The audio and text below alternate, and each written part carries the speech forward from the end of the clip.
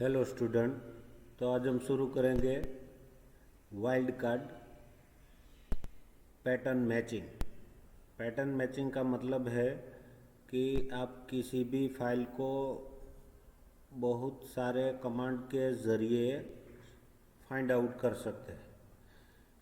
अगर आपको फाइल का नाम मालूम नहीं है तो किस तरह से इस प्रकार की फाइलों के नाम जो दिए हैं वो आपको मालूम नहीं है और आप फाइल को फाइंड करना चाहते हैं, तो इसके लिए बहुत ही यूज़फुल कमांड है वाइल्ड कार्ड पैटर्न मैचिंग। तो इसमें दो कैरेक्टर है, एक है एस्ट्रिक साइन और दूसरा है क्वेश्चन मार्क।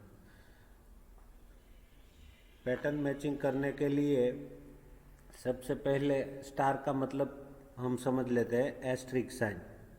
एस्ट्रिक साइन जब आप ls कमांड के साथ देते हो तो इसका मतलब कि आपकी करंट डायरेक्टरी के अंदर किसी भी नाम की फाइल या डायरेक्टरी को की लिस्ट गेट करने के लिए आप एस्ट्रिक साइन का इस्तेमाल कर सकते हैं।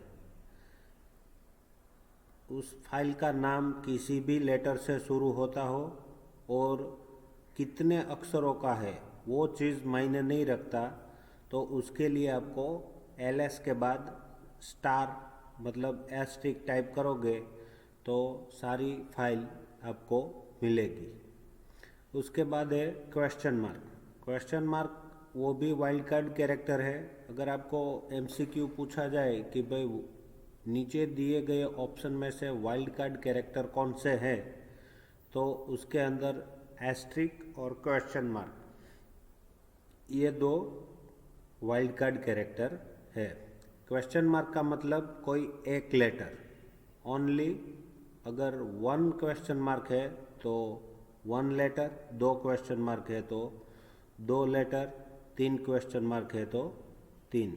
इस तरह से अगर 10 क्वेश्चन मार्क किया है तो फाइल का नाम कोई भी हो, लेकिन फाइल का जो लेंथ है नाम का वो 10 लेटर का ही हो सकता है। अगर 10 क्वेश्चन मार्क दिए हैं तो तीन क्वेश्चन मार्क दिए हैं तो फाइल का नाम तीन ही लेटर का है, वो लेटर कौन सा है वो हमें मालूम नहीं।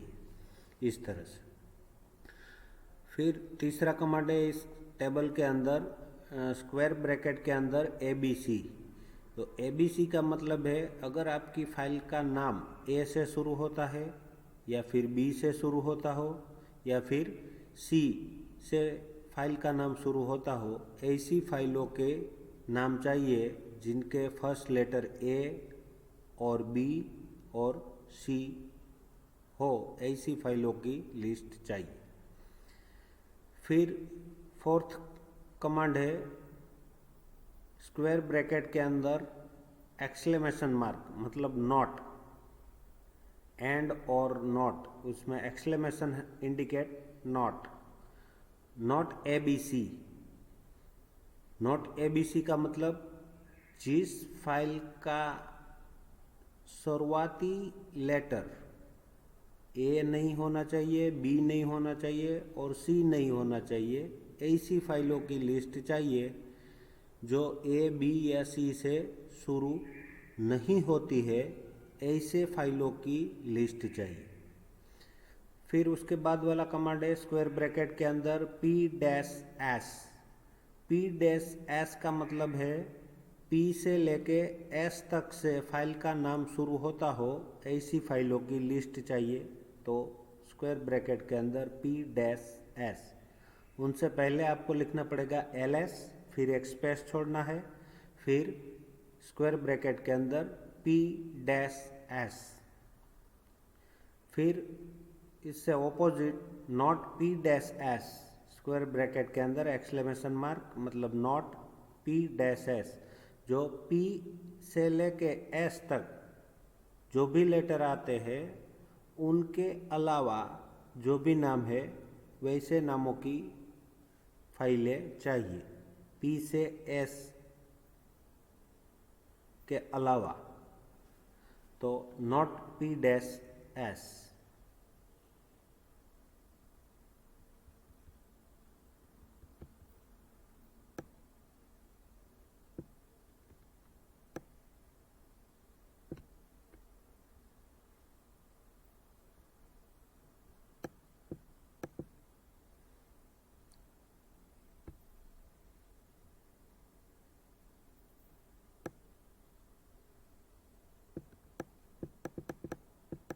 फिर उसके बाद है मैनिपुलेटिंग फाइल एंड डायरेक्टरी।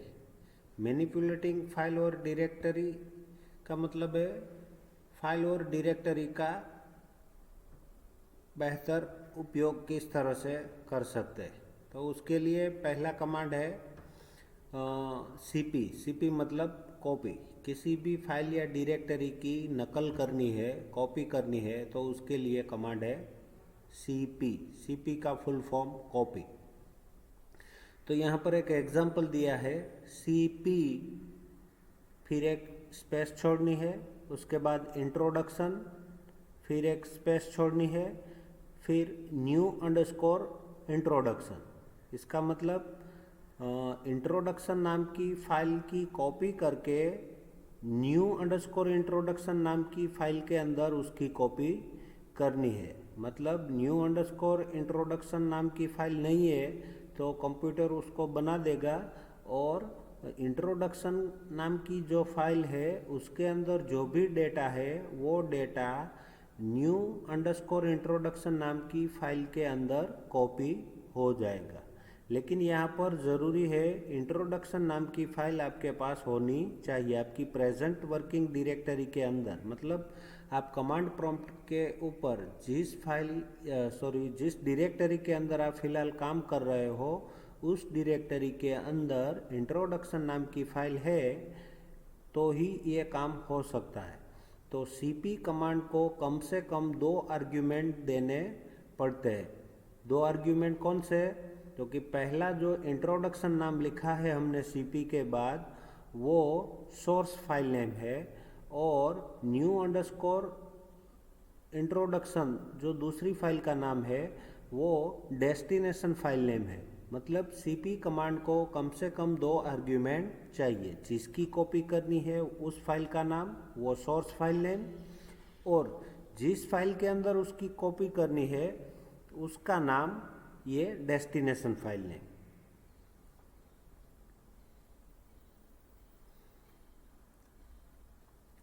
तो यहाँ पर एक एग्जांपल दूसरा दिया है cp file1 space file2 space my_dir। मतलब file1 file2 की कॉपी my_dir की डायरेक्टरी के अंदर कर दो। my_dir ये फाइल नहीं है, ये डायरेक्टरी है। तो फाइल1 की और फाइल2 की कॉपी माई डायरेक्टरी के अंदर कर दो। तो फाइल1 और फाइल2 की कॉपी आपको my_dir नाम की डायरेक्टरी के अंदर उनकी कॉपी हो जाएगी। कॉपी मतलब जेरोक्स। जैसे हम फाइल किसी पेज की जेरोक्स करते हैं तो हमें सेम उसके जैसी फाइल मिलती है, उसी तरह से उनकी कॉपी ये फाइल1 और फाइल2 जहाँ पर है वहाँ तो रहेगी, उसकी एक कॉपी, दोनों फाइलों की एक एक कॉपी my_dir नाम की डायरेक्टरी के अंदर आपको मिल जाएगी। फिर यहाँ पर एक टेबल दिया है, उस टेबल के अंदर कुछ कमांड दिए हैं कॉपी के। तो उसमें एक पर्टिकुलर पाथ दिया है, एड्रेस दिया है cp स्पेस /wall/example/tutorial/science.txt। तो इसका मतलब ये कि ये पथ पर, इस एड्रेस पर जो science.txt नाम की फाइल पड़ी है, जो स्लैश के अंदर में, वॉल्यूम के अंदर, एग्जाम्पल के अंदर, ट्यूटोरियल के अंदर science.txt नाम की फाइल की कॉपी करनी है, ठीक है।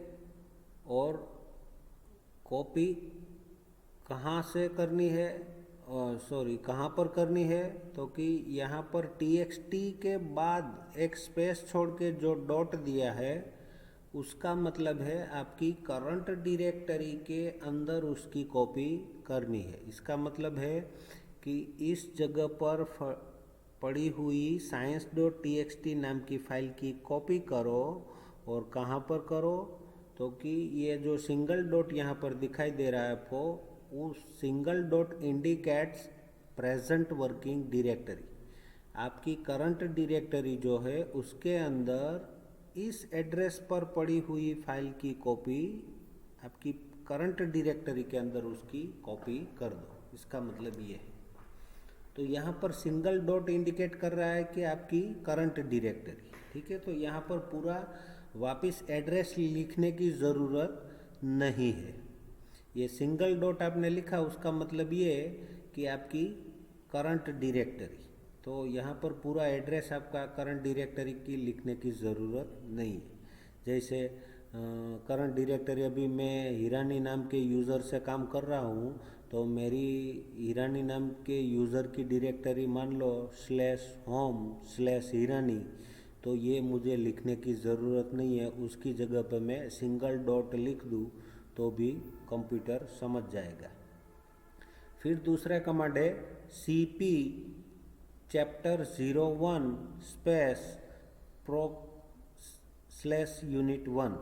तो कॉपी करनी है चैप्टर 01 नाम की फाइल की, और उसको कहाँ पर कॉपी करनी है, तो ये जो proc/unit1 है वो unit1 एक डायरेक्टरी है, तो इस डायरेक्टरी के अंदर चैप्टर 01 नाम की फाइल की कॉपी कर दो। तो इसका मतलब ये हुआ।